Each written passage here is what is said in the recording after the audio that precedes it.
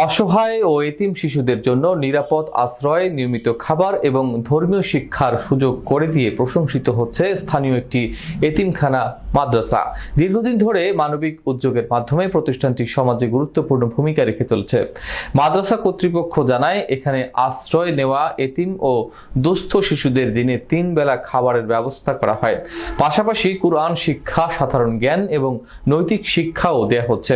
শিশুদের শারীরিক ও মানসিক বিকাশের বিষয়টিকেও গুরুত্ব দেওয়া হচ্ছে।